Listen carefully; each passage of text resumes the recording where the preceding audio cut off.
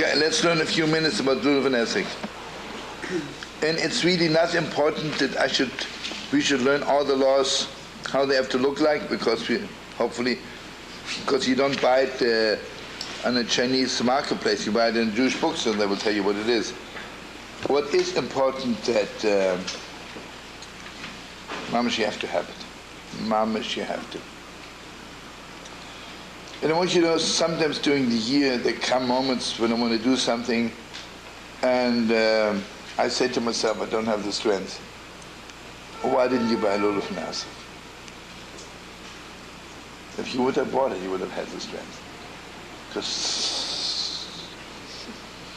it's the strongest soul energy.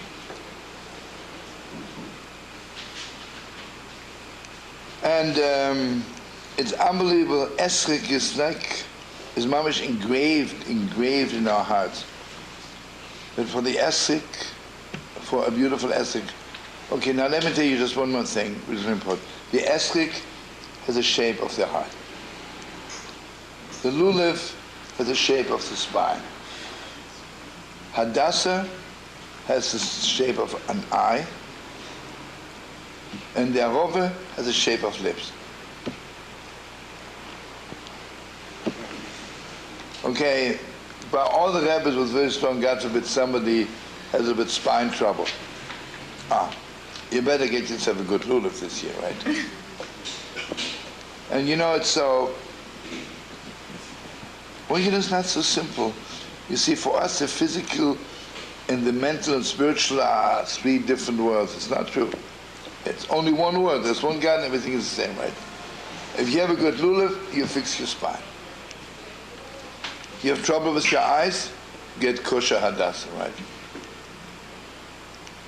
And whenever you talk, you lie, get yourself a good arovas, right? And you know what it is? We always think we are going to an ophthalmologist and he tells you your eyes are good, you don't need glasses. That's all it takes to look. You can have the best eyes in the world and you have perverted eyes. You don't even know what's going on, right?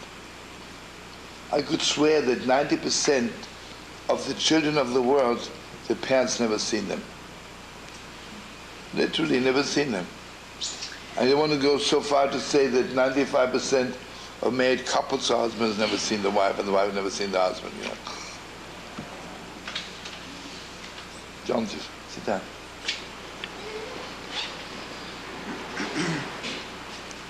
It takes, John, do that. The way a cow looks at a human being? The cow always sees you, right? But she doesn't know who you are. I can look at a person like a cow, and maybe a cow knows more than we think, right? But the spine is very important, but even more so the heart. And here I want to tell you something unbelievable. Really, really, I'm begging you. The most important thing by an esrog is to buy an esrog without any blemish. You know the way they rate esrogim? An esrog which has a blemish costs less. An esrog which has mamish, absolutely no blemish, costs more. So then I can go and buy myself an esrog for $10. It's full of blemishes, a little bit white, a little bit green, a little yellow, and I walk around and had an esrog. But it affects your heart, HaShoeivah. I don't want to say anything bad, right? Want you to know something? The heilige Ramotchel Werner, he would take before Yom Kippur, and he would buy an esrog full of blemishes. Mamish, full of blemishes. And then he would keep it in the little bag for the talis. All Yom Kippur would keep it mamish next to him. And then after Yom Kippur would take out the esrog, had no more blemishes. Mamish gewalt, right? Awesome, right? Because the esrog is mamish your heart. And if our heart is not so good yet, It's our biggest chance. I know a lot of people want to save money, and then they go 1 hour before Yom Tov to the east side, and you get very cheap etrogim, because all the good ones are sold, and then you buy a little cute little one. Someone came last year, was bragging, he got an etrog for $5. Why? What good is it? And I want you to know something awesome. It says, "Ulekachtem lochem," and take for yourself an esrog.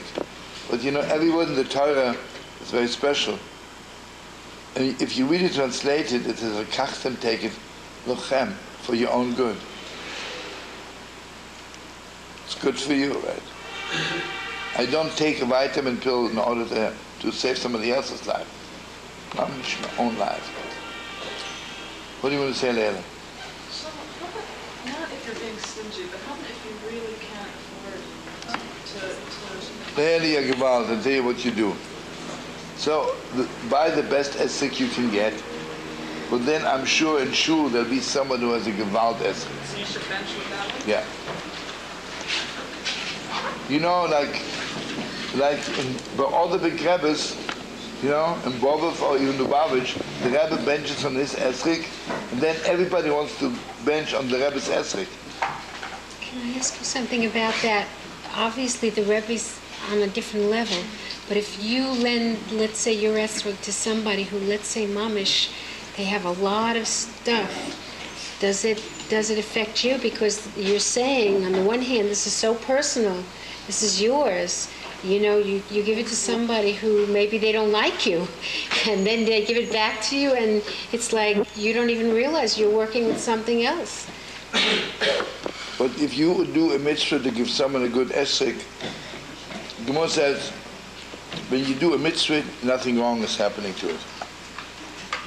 It is only helping the other person. Wouldn't be fair. I have a good esrog, and I let it creep hold it, you know. Then God pays me off by ruining my esrog. The only thing is, I don't say anything bad. But by most people, really, they were asking, before you bench on my esrog, wash your hands. You know? Wash your hands, because some people come from the street, and it's dirty, and then they're holding the esrog, you know. It's not fair. And also, you know, you have to hold the esrog tight, but don't press in, you know. I remember one time I gave my esrog to somebody, and he meant well. He was holding it like this, and then basically, I always buy 2 good esrogim, because a lot of people ask me, can I bench on your esrog, right? And the way it looks usually after is not so good anymore. So, Chaim l'chaim.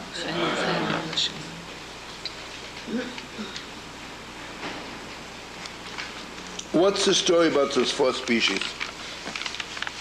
God could have told me, take an apple, take an orange, take a pear, and a peach. What do you want to say, Nomi? Remember what you meant? You promise, or are you just holding back? Swig, you remember what we were learning? You know, everything in the world, humanly speaking, you know, God has, so to speak, you know, it says Hashem monarchies lovish. God's light has garments. Because God's light cannot shine into me the way it is. So it has to be covered, right? That means the way God gives life to the world, the way God gives life to a peach, to an orange, is by so many garments, right? From heaven until it reaches the cute little peach is a lot of garments. Those 4 species receive life from God without garments. Mama straight from heaven for them. You know what I realized after Yom Kippur? I want to receive life from God directly without garments. I don't want it to be covered all the time. You know, most of the time there are so many covers, so many layers. You know, sometimes you see people, the way we relate to each other is via 2 million covers, right? And sometimes you see people mamash talk to each other straight, right? Without covers, right?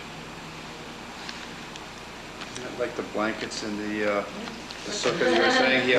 Blankets, you didn't need them. Yes, what's your first name? What's your name? Ted. Ted, yeah. Give out Ted. You got it.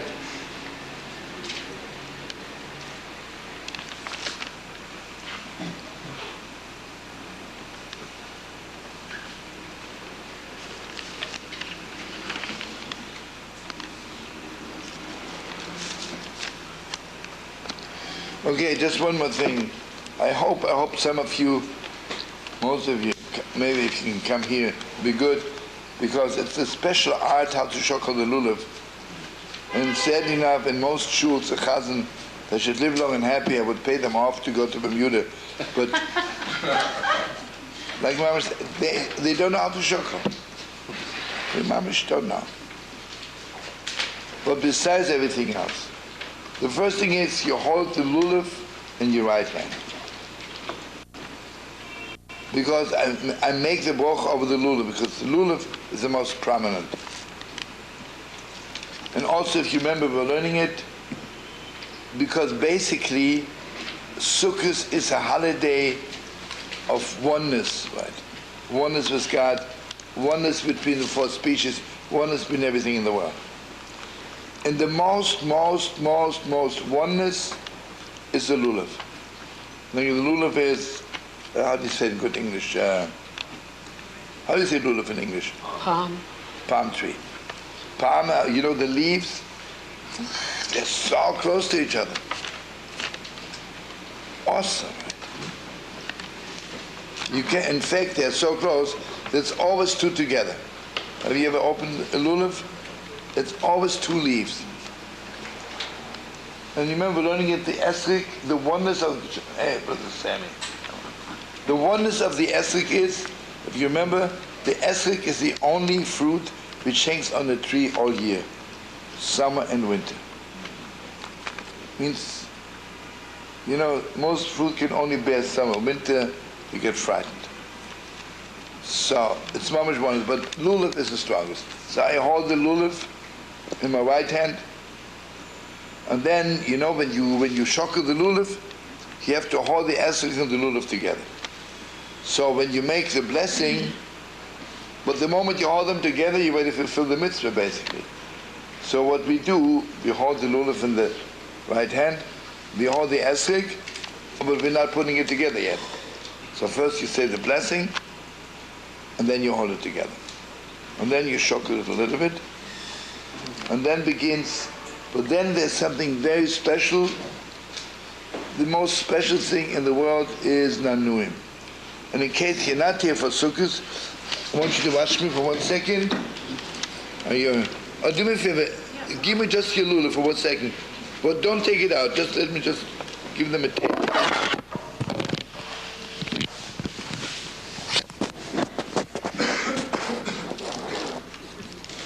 Well, okay, imagine I have an esrog here in my hand, and I'm holding it like this, right? Shock a little bit, like the leaves should shock a little bit, right? Okay, now, and this is, according to the great Kabbalah, this is mamish. You see what it is? We get higher, higher, higher.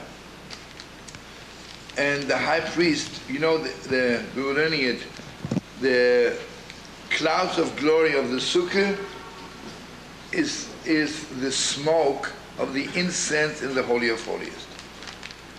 That means on Yom Kippur, when the high priest would bring an incense in the Holy of Holiest, and the smoke would come out, right? The smoke would come out, and it's the clouds of glory for every Jew surrounding me. You see, holy is, have a little holiness inside. Holy of Holiest is like I'm completely surrounded by it. Okay, so here I'm holding it. Then I begin on the right side, you know. And without making fun, you know what most people do. And then they go. And then they don't know where to go. They think, oh, let's go maybe. Shlomo, What? can I make fun for a second? Yeah. It's a sad story. I was in a shul a few years ago. I was saying Kaddish, and a rabbi was doing just what you were trying to do. He got up and wanted to teach them how to do Lulav and etrog. And sweetie, this is what he did. He said, okay, you take it in your hand and you go, 1, 2, 3, 1, 2, 3, 1, 2, 3. And then he says, don't shake it too hard because you may break it. Don't shake it too long because you overdo it. I thought I was watching a Jane Fonda exercise. It was just, I swear to you, I mean, it was such a story for you. He was standing up there like 200 people in the room and he was teaching. Heartbreaking. Aerobics. 98% don't know how to shake Lulav. I don't know why. Because obviously it's so high. They're not doing it. Okay. But if you can come here, Sukkot would be good. Okay, so what happened there then? Shlomo, why do you shake it? Why do you do it? Because you have to realize, first of all, you wake up your own heart. You're always asleep, right? You know what it means? I'm asleep, that I don't know what I'm doing, right? We're all sleepwalkers. Then also, not only wake up from asleep, wake up the inside. The inside of us is asleep always. So how does shaking it wake you up? That's it. A holy rabbi knew. The Torah says when you shake it, mamash wakes something up inside. You see, you have to realize the Torah is 2,000% believed. You know, I cannot prove it to you. See, if you were to ask me, can I prove to you that there's one God, I can't, and I won't. I'm not interested. Because anything I can prove to you that this is Coca-Cola and this is a bagel. But anything which is deeper than that, if it needs proving, it's already not good, right? Rabbi, Yeah? scuba divers. Yeah? In the old times, scuba diving didn't have the radio connection, right? So he went down to the bottom and the ship on top. How do you think they were signaling, you know, that he needs help or he needs something? Used to be a cord attached to him and all he had to do just shake the cord and up there and... See, ja, gewalt. Das ist der Rebische Teure, ja. I scuba dive and we still do that. Maybe the Lulav is like an antenna, so it's attracting electrical energy. Yeah, maybe. Yeah. I'm sure it's true. Not maybe, I'm sure it is. Yeah. You see what it is? Everything holy has 2 million ways of explaining it, you know? Like it's an open field. But anyway, so you hold it, okay? Then you go right. Really mamish. You know, the first thing you have to, the right side is love. Mamish, we don't know how to love, we don't know whom to love, we don't know when to love. It's so completely. So this is fixing your right side. And then you have to bring it to your heart. Once you know, I mentioned here that Steffi Nefche took him 7 hours to chocolate Lulav. Non-stop. Who was this? The son of the original, Heilige Steffi Nefche. Oh. Yeah, okay, good. So watch me, I'll make it fast. You do this 3 times. For as long as you want to, as long as you feel you need to fix it. Then comes the left side. Left side is strands and over. Basically, in Chassidus, the right side is consciousness and the left side is unconsciousness. Go. But you know, don't listen to the rabbi, don't make it too long, make it as long as you can. Then most people don't see what's in front of them. So you go in front, right? And also, I don't know where to go. Moshe, show me the way, right? Show me where to go. Again, 3 times. And I'm making it short now. Okay, everybody. But then, this is the most awesome. Mamish, to connect myself to above. This is Mamish Gewalt, you know. And don't be ashamed that some people choke like this. Why aren't you lifting it? Why didn't you do it, right? Mamish Gewalt.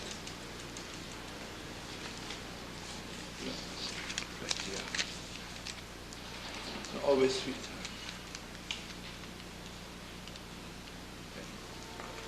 And then something else. A lot of people are connected to above and have good ideas, but it never comes down to reality.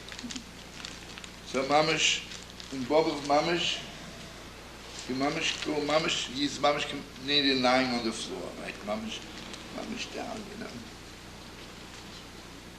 When you shuffle down, because the Lulav is still pointed up. Yeah, you try it, utmost, yeah. You Okay, there's whatever you can do, you know. You once made a very big point that of saying, be careful that you don't go so far down, because the point is you don't want to lose the connection between. Yeah, okay, whatever it is. I don't remember what it said, but I'm sure it was good. And then, whatever it was in my head. And then, again, the bag has millions of meanings again. First of all, it's my past, right? I want to lift up my past also, you know. And you know something else? I don't ever want to disconnect myself from someone I met yesterday. My yesterdays. Awesome, right? Today we always think, okay, you know, there is a thing which is a little bit pagan to me. 2 words. Is to surrender. Surrender. It's an emissary pagan word. I don't surrender, I just grow up. Have you ever heard a mother saying to a baby, I don't want you to wear diapers anymore because surrender. I'm older, I don't need it anymore, right? We don't have to surrender anything. You just, hopefully you grow up and you realize that you're not selling yourself for lollipops anymore. This is the past. And also something else. So you see, I don't, and then, so say, give up. Let go. There is such a thing as letting go, but then there's something so much deeper. Don't let go on anything, but put it in the right place, right? You know, I don't put, I once saw Jackie Gleason with a Gewalt, he was top, you know. His girlfriend is coming to visit him. He wants to clean up. So, and the kitchen is so dirty and everything, he doesn't know what to do with himself. So he puts the butter under his pillow. And his pajamas he puts in the Frigidaire. And you know, he was a super genius to make people laugh. I mean, it's crazy, right? You have to know butter's in Frigidaire, pajamas under the pillow. You know what it is? When there are certain things today, you understand it. You have to know exactly where to put it. What's with my past? I have to know where to put it. I don't want to disconnect myself from anything. Could you show again how you do the back? How do you do the turn back? around. Not completely, maybe. You know, some people go like this. Yeah. Kind of a chutzpah that you cannot turn around. Imagine I'll see you sitting on the street and I go, hey. Okay, in Boba, if your mamish turns around. That's so you don't get somebody in the eye with the Mamish, you don't, or at least if you don't turn around 100%, but 70%, you know.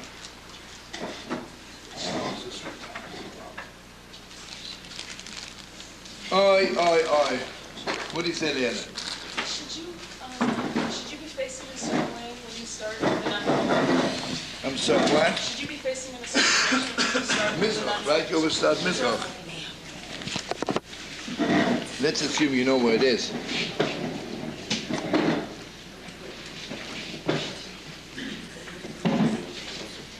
Yeah. Okay. Should take a break, maybe. Want to take a break? 5 minutes? Yeah. Okay.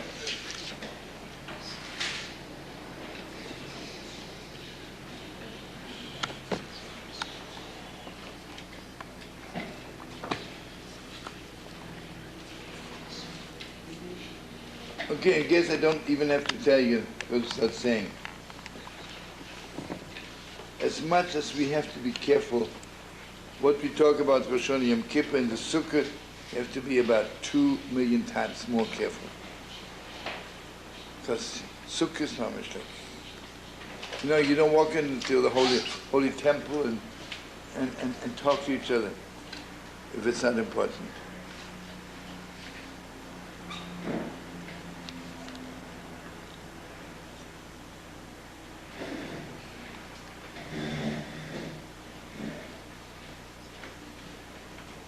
Okay, I have to learn, it's not so simple. Okay, Sukkot, everybody knows, it's a continuation of the high priest Aharon Hakohen going into the Holy of Holiest.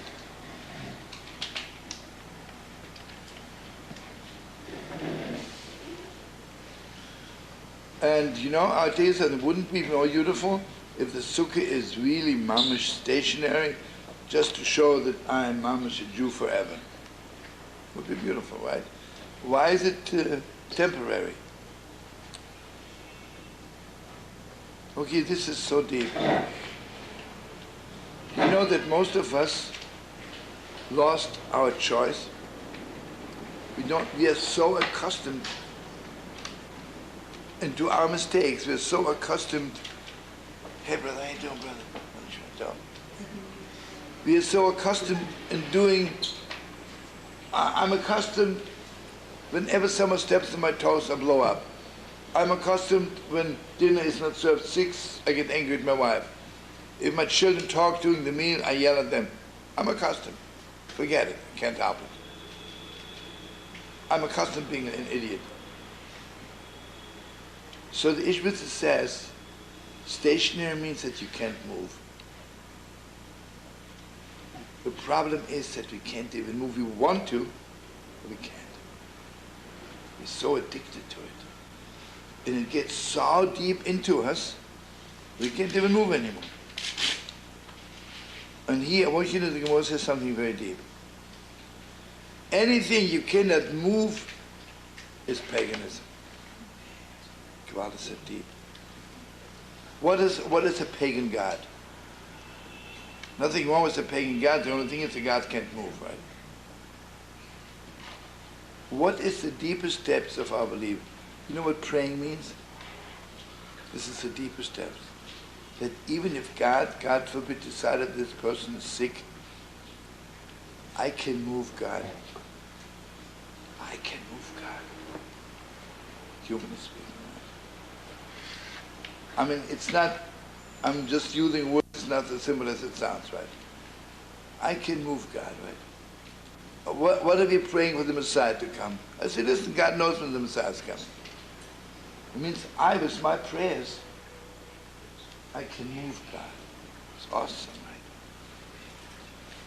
If you remember, Aharon Hakohen, the Holy Temple, is the essence of prayer. What's the deepest depths of prayer? The deepest depths of prayer is, you know, it's very simple, you know. When you watch people, those who are so paganized in their own life, they don't know how to pray. And then the people, Emerson Yidden, right, who can move any time. I'll tell you something else. I can be religious on a pagan level. I keep Shabbos, I keep Yontif, I put on film, have a Yamke. What's all those people who can't move because they're already accustomed to religion? They can't stand somebody who does it a little bit different. Because you're in my way, right? But a person is, I have choice every second. And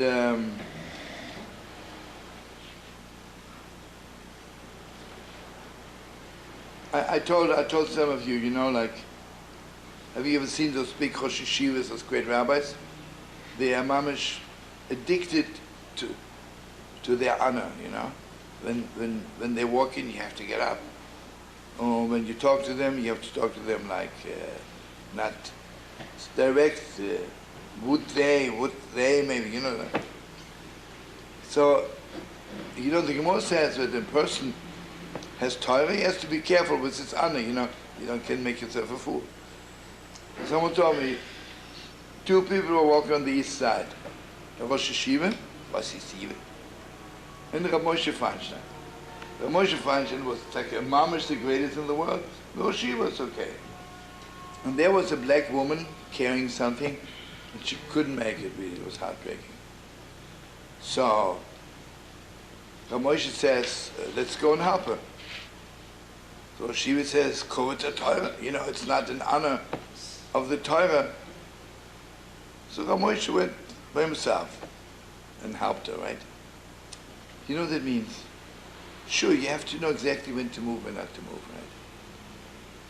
You know, like, when she was a cousin who walks on the street, he has to have a black hat and black tie and he walks straight. Can't you move sometimes? Now is not the time to look for your honor.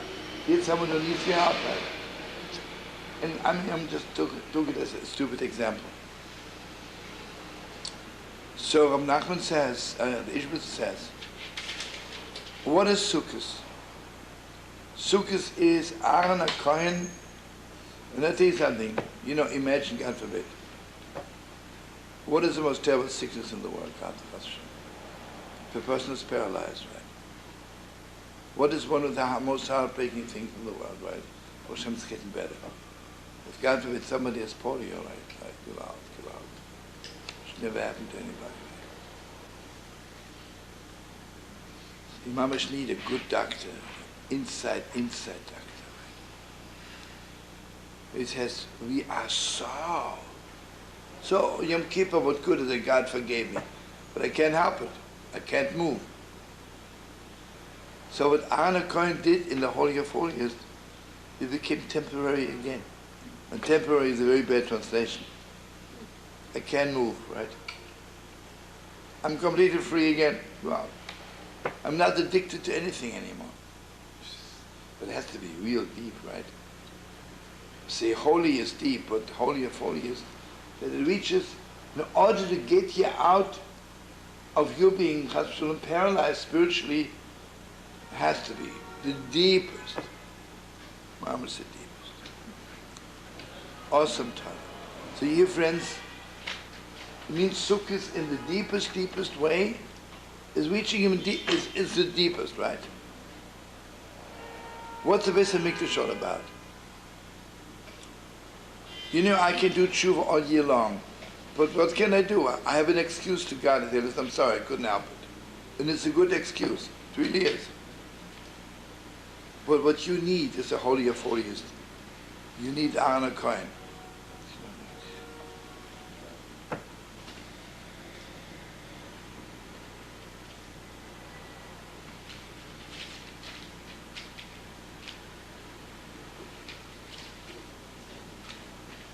Okay, what is this the deepest?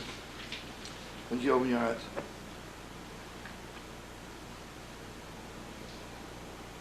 What did Avram Avinu give us over? You know what most people think? The greatest thing I'm giving over to my children, they should do the same thing.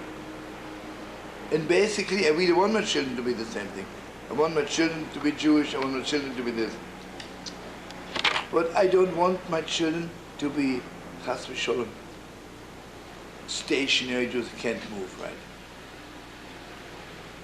And you see, with the deepest depth, the deepest secret of life is to be completely mamish. I'm holding on to it, but I'm not frozen. What's Avram Avinu all about? What was the first sign that Avram Avinu entered the covenant with God? God is talking to him, right? Suddenly he sees three pagans who look hungry. So he says to God, I'm sorry, God, I know you want to talk to me. I got to take care of those three pagans.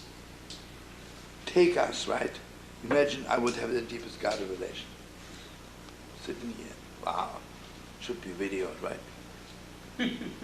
And then God is speaking to me, right? And let's say, not fake, but I really would know God is talking to me, right?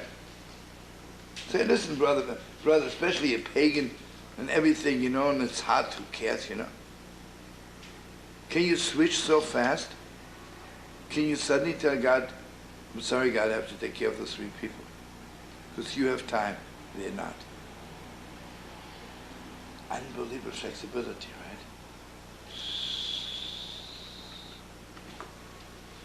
On one hand, I hate Sodom, right? They're the lowest. When you hear God wants to destroy them, I switch. I'm praying for them. It's awesome. I want you to know something awesome which is not to be believed. Do you know the Egyptians drowned in the Red Sea? Do you know who didn't drown? Pharaoh. Because Moshe gave him his hand and got him out. Because he was good to Moshe when he was a baby. I mean, can you imagine the switch? Pharaoh, the lowest creep in the world. But at that moment, he was good to me. I have to be thankful to him. This awesome, not being frozen. You know how deep this is? To know every split second, what am I supposed to do now? Because this is the Holy of Holiest. Holy means I always know what to do. The Holy of Holiest is I can, at this moment I can switch, right? Not being paralyzed. So you know, in the Sukkah we're inviting all our mothers and fathers. Because most people, why do so many people rebel against their parents, right? Because what my parents gave me was frozen. A frozen God, frozen goodness, frozen Yiddishkeit. I don't want to be frozen, right? Parents have something to freeze you. But after Aharon comes back from the Holy of Holiest, only then can I take the heritage from Avram, because Avinu is mamish, completely open. Right? You have to know when to be good, not to be so good. Yitzchak is strength, you have to know when to be strong. Yaakov Avinu is beauty. Beauty is when you know exactly when and how. Right? So in the Sukkah we invite our holy mothers and holy fathers, because suddenly you realize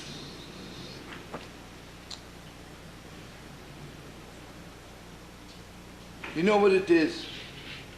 I'll tell you. The hardest thing for young people, it's better, but let's say 10 years ago. The hardest thing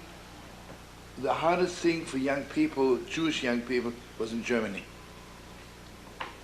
Because on one hand, the Germans killed 6 million Jews, right? On the other hand, they go to school, and then they see some German kids are mamish wonderful kids, right? So how do you handle it? They don't know how to handle it.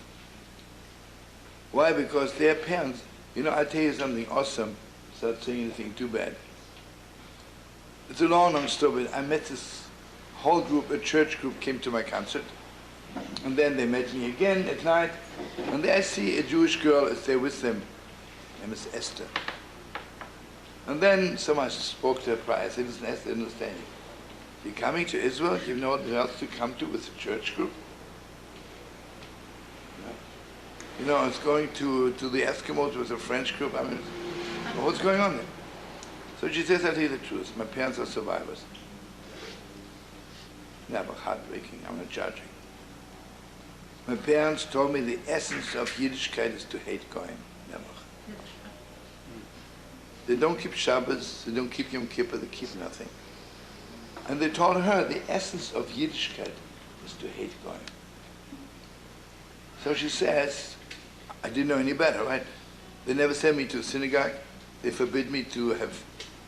So I really thought that's what it is. So one day I passed by the church, and the first time I heard that there's religion has to do with love is in church. I came. It's a long story with her. I don't know if Tzvi remembers. She came a lot of times Friday night after that. Then Saturday night she moved back to San Francisco after they grew up again. She's the first time I heard by Jewish people the word love is when I came to your concert tonight as much Shabbos. You know what that means? In Germany, those kids, the parents don't tell them about Yiddishkeit, most of them, right? Most of them keep anything. The only thing they keep is hating the Goyim, right? But it doesn't go this way either, right? You know, when we went to Poland, right, all the people were against us. Stationary. You know, they killed 6 million Jews, forget it. What are you frozen? You have to know when and how and with whom. So you hear, friends, the deepest depths, you know what Avraham Avinu left me? Not a frozen goodness. Avraham Avinu left me, mamash, because the deepest goodness, if I know when. You have to know when. Yitzchak left me strength. You have to know when. Strength doesn't mean I have a little assertiveness training and each time someone steps on my toe, I blow up, right?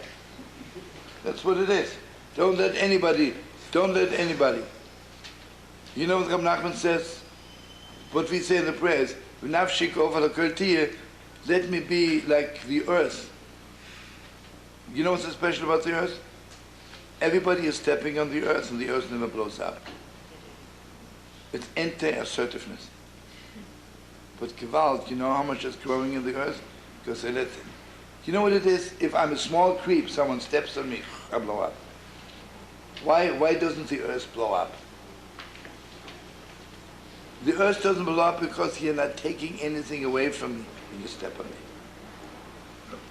So if I walk on the earth and make it non-earth, it's good. The earth wants to be stepped on, so you make a way. How are all the ways in the world? Because people were walking on it, right? It's unbelievable. Okay, so remember, this is the deepest depths. And I'll tell you something else, which is so deep, just remember this, blessing everyone with children, all the parents. The deepest heritage we have that we're giving over to our children, you have to serve God every second to know what God wants of you. There is no, someone told me, who told it to me? Someone told me, but I gave a talk to someone, Cisco, a long time ago. So he told me that he remembers I said, the only principles which you have, the only principle you have is that there are no principles. That there are no principles. I don't know, Ask me, right? Okay, one more very, very important thing, I wish we would have more. No, we still have time a little bit. Sukkot is a holiday of Aharon Hakohen. Because from the Holy of Holiest. And everybody knows this is really, I'm begging you friends, the second night of Sukkot is the greatest night of the year. Similar to HaShoeivah. In the Holy Temple, the young priests would go down to Meir Shloach, to the mikveh of the Kohen Gadol, and there they would draw water, and the next morning this water would be poured over the altar. All year long you only pour wine over the altar, and this few days of Sukkot, water. And the joy was awesome. And the Gemara says, whoever has not seen the joy of drawing the water has never seen joy. And here, again, Naomi, tell me, did we learn this last year or we didn't? Or we did? So why don't you tell me a little bit before I say everything wrong? Let me take a valve.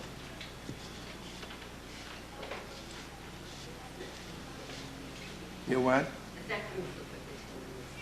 Okay, I begin, and when I say it wrong, you stop me. No, you never know. You see, every year we are in a different space. I don't know what I said last year. Chaim.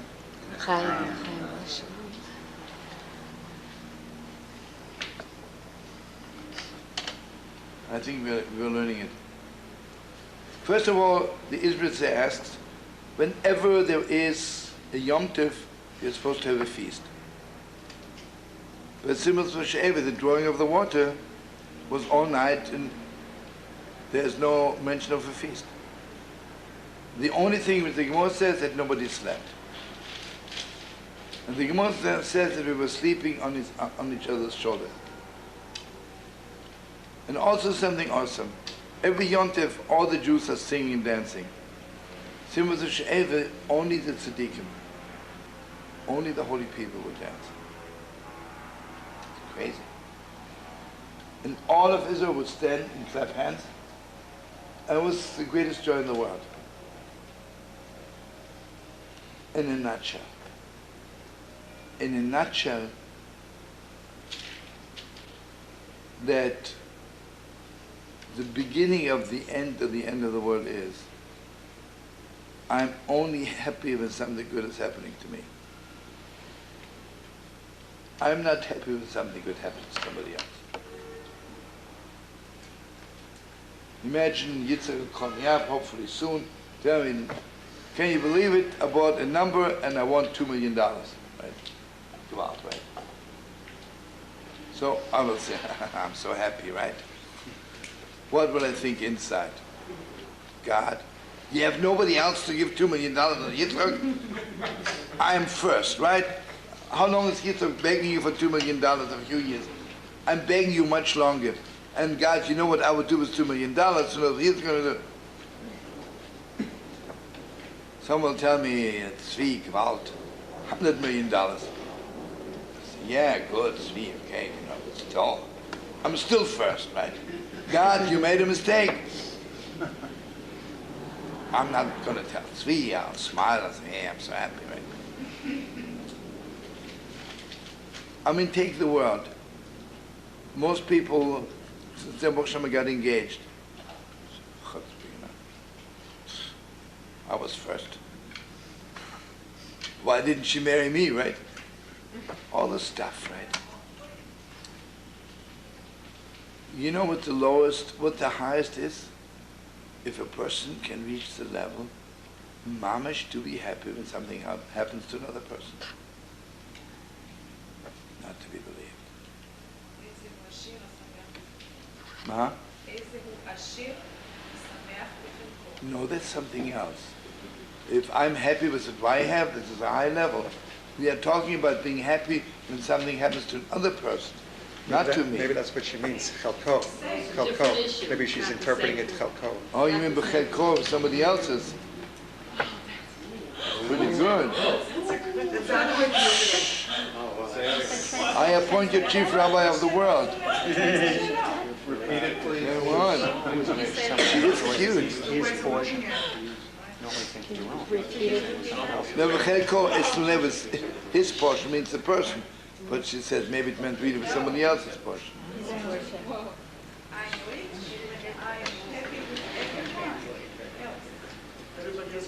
Everybody else's happiness makes you rich. It's a good Torah. But the thing is, when do we do it, right? So the night for this is the second night of Sukkot. And this is what it is. Mamash, thank you so much.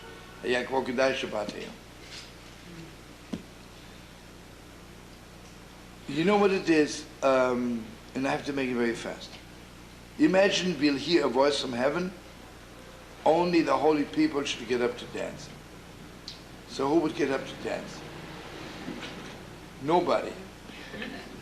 As much as I think I'm holy and I really should get up. But it doesn't look nice. I'm waiting for another invitation. You know, but the Reb Elimelech, that's what I'm sure you remember knowing. Reb Elimelech, when his daughter got married, he announced anybody who ever sinned should not dare to get up to dance. Wait. So the Heilig Reb David Lakers, one of the last pupils of the Holy Moshe Took, still alive, got up, started dancing like crazy. And you know what he said? So you don't want anybody to dance? There has to be dancing, right? So anybody get up. Everybody got up. God bless you. See, the real holy person is not concerned if he is dancing or somebody else. There has to be dancing. It's Sukkot night, right? So the half-holy people don't get up to dance. They announce only tzaddikim should dance, right? Now the real tzaddikim says, you don't want anybody to dance? Who cares? I'm getting up to dance, right? But you know what the greatest miracle is? that all of Israel is clapping. And they're so happy that they are still holy people in the world. Now listen to this. Why do we have to sleep? Why do we have to eat? You know, if we would have eaten the tree of life, maybe we would eat only on Shabbos. Zokush says if we would have eaten the tree of life, we would have not have to eat 3 times. Why do we eat 3 times or 4 times? Because there's death in the world. In the moment I stop eating, I'm already on the way out. Because if I keep on not eating, you can die from hunger, right? If you would live forever, I'd eat Shabbos. I eat once a year, right? Who cares? So that night, there was so much life in the air. You know, sleeping is 1/60th of death, right? That night, was so much life in the air. We didn't have to eat, and we didn't have to sleep.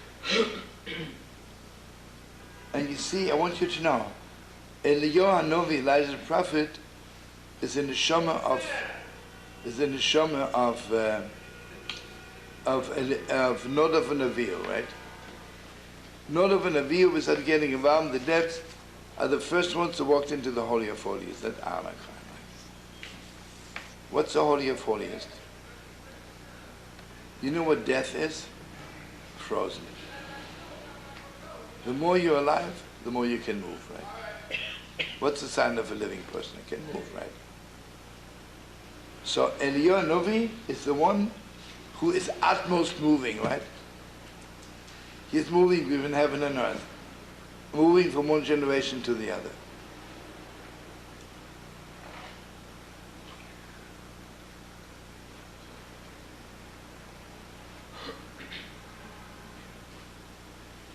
When the high priest would walk into the Holy of Holies, he would say, Honor Hashem, honor Hashem, honor.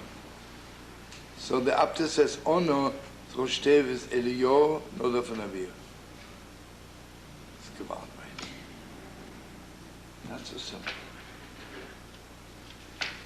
Okay, so here it says, why is the joy with water? That's, I'm sure no one remembers. Okay, let's hear What it. I was going to say, you said you talked a lot about water and its cleansing and the process of which we make wine. So what's the difference between wine and water? Wine, you have to work hard to make it wine. The more you touch it, the more you work on it, the better the wine is. Water is only good when it's fresh. So all year long I'm thinking I have to become wine, work hard, and change from a grape to I don't know what, and then change again, and maybe then I'll be okay. Water is